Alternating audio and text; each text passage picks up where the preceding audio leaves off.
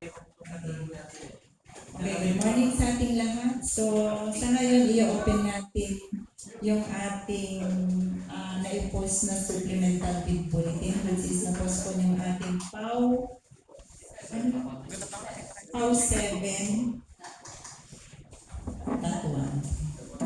So, before anything else, may we request everyone to please stand for a short prayer to be led to us by Engineer Faith.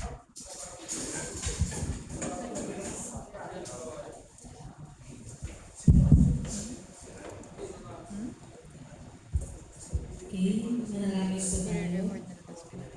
Dakilang Diyos, makapangyarihan sa lahat, pinupuri at pinasasalamatan ka namin sa araw na ito, sa magang ito, sa panibagong buhay na ipinagkaloob mo sa bawat isa sa amin. Maraming salamat sa walang hanggang pagmamahal mo sa amin.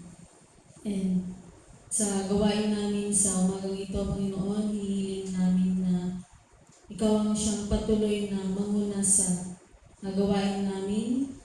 Patawarin mo kami sa lahat ng aming mga pagkukulang, mga pagkakasala, sa isip man, sa salita man at sa gawa.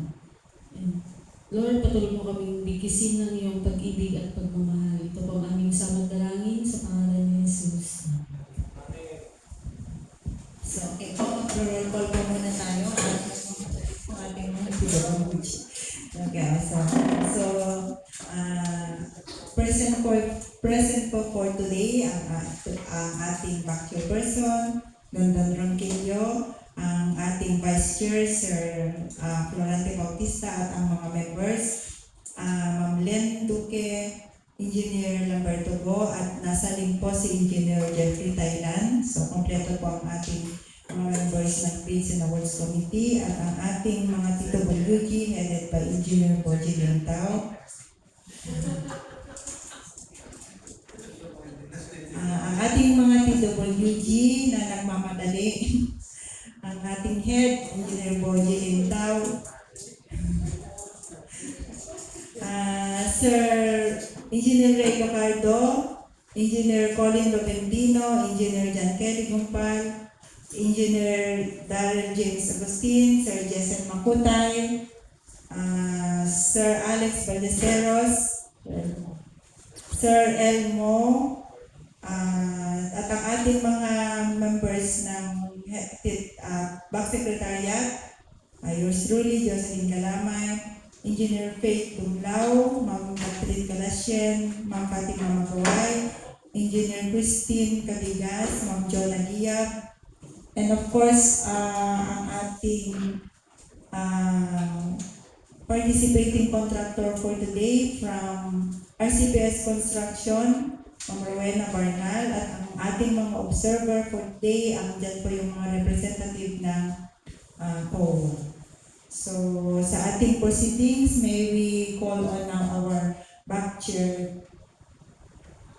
Sir Dondon. Okay, good morning sa ating lahat.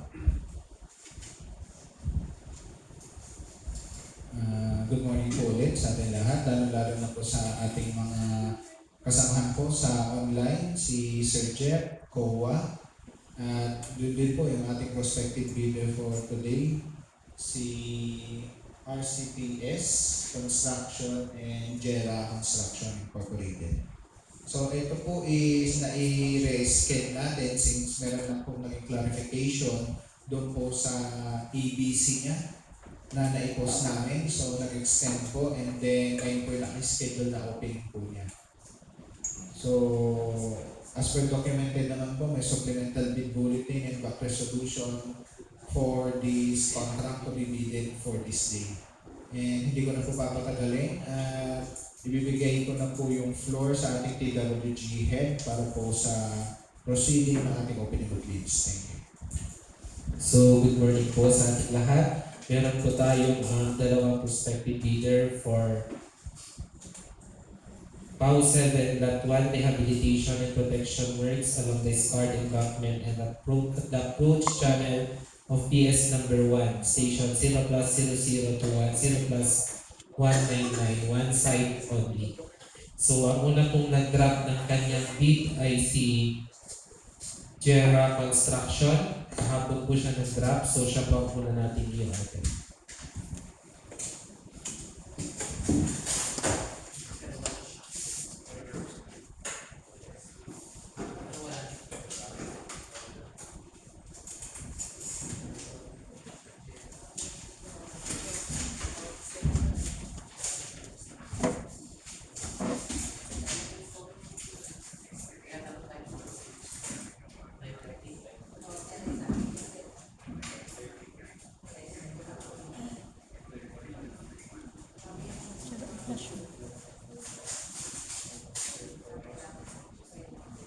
Spotlight.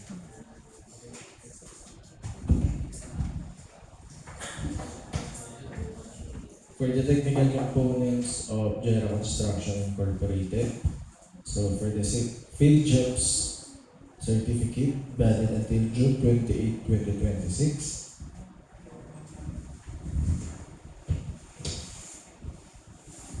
Mayor's permit updated, so also attached the said certificate. The tax clearance until 2027. And the pickup license valid until 2028.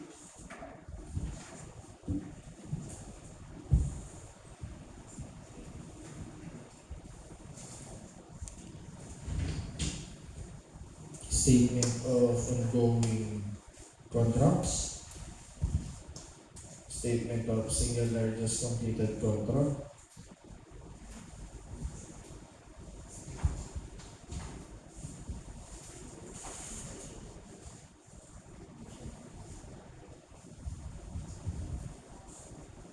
Bid secured declaration. Organizational chart.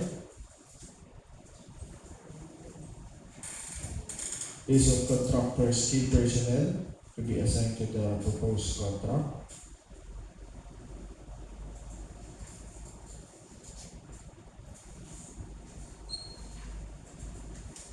List of equipment.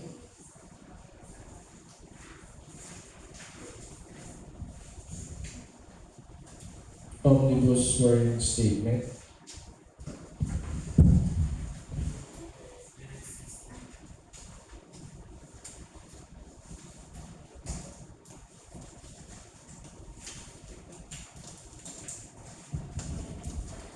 NFCC as of 2024, December, amounting to 827 million pesos.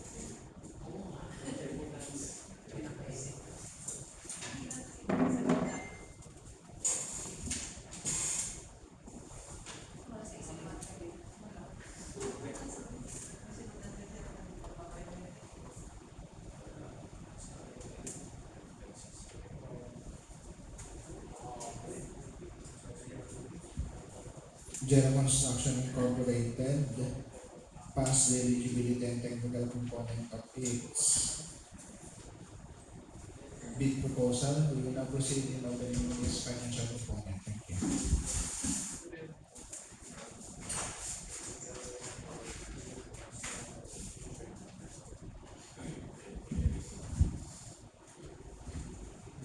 For the financial component of Jera Construction Incorporated, first we have the bid form, the bill of quantities, the detailed estimates, summary sheet, and the cash flow.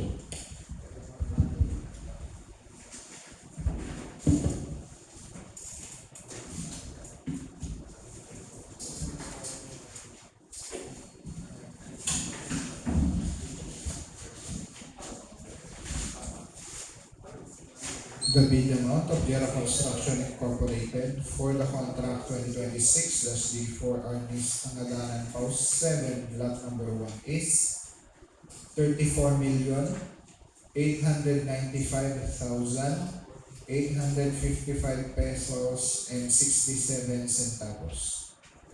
34,895,855 pesos and 67 centavos with no discount offered. Okay, proceed po tayo sa next prospective bidder.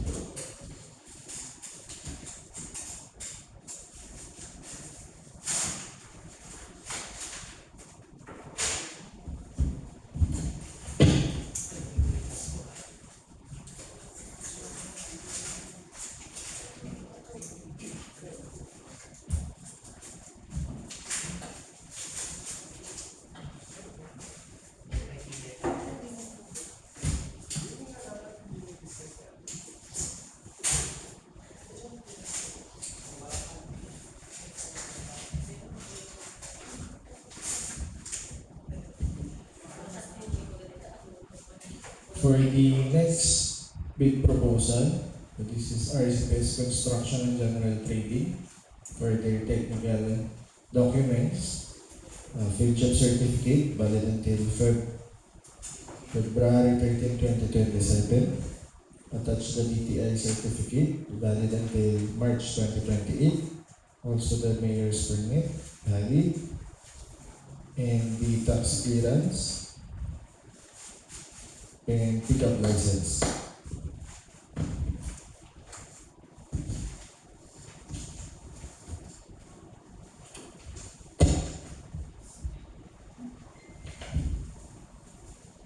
Statement of all ongoing government and private contracts. The SLCC,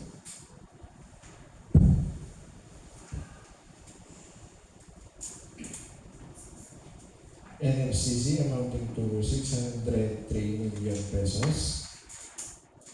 The bid securing declaration, organizational chart, list of contractors, key personnel,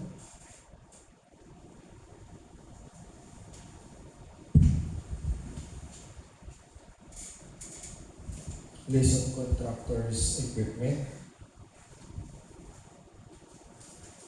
and omnibus warrant statement.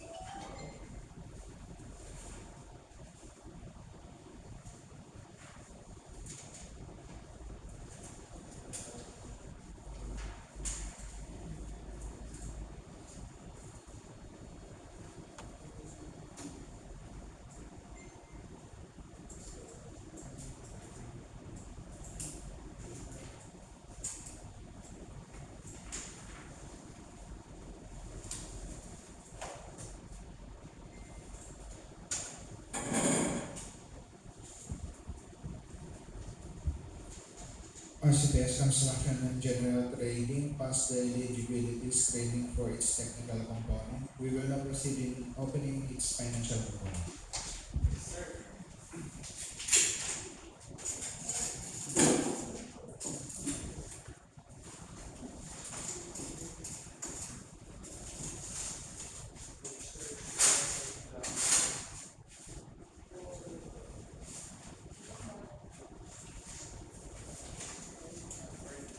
For the financial component, we have the bid for bill of quantities,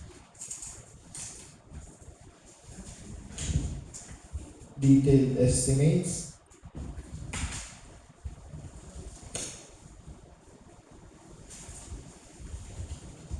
summary sheet, and the cash flow.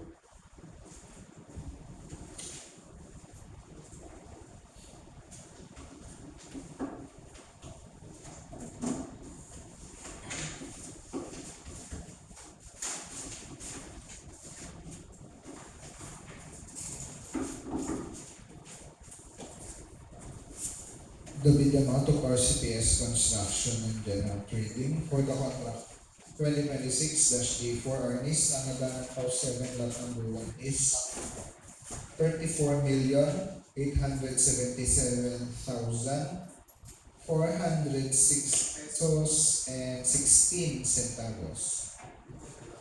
34,877,406 pesos and 16 centavos with no discount offered.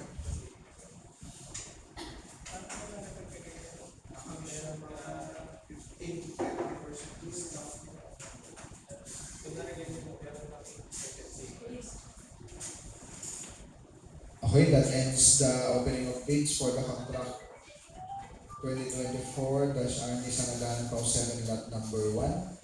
So, schedule po yung post-qualification nito. Kukontakin na lang po kayo ng ating PWG. Ayan. So, prepare nyo na lang po yung mga list of equipment pledge ninyo para din po makita po namin. And hopefully, is maging maayos naman po para hindi na rin na-repeat ulit. Ayan. So, any more reactions from our contractors? Back members? Secretariat? PWG? Fatima? Wala. So, kung wala na po, that ends our opening of bids for today. This meeting is adjourned and thank you po. Wait Have a lang. good day. Announcement lang po para po bukas for Okay, announcement lang po o reminder yung ating presentation ng mga DWG para sa kanilang bid evaluation and post-qualification bukas ng 4 p.m. dito din po sa conference room. So take note po ha, take note. Para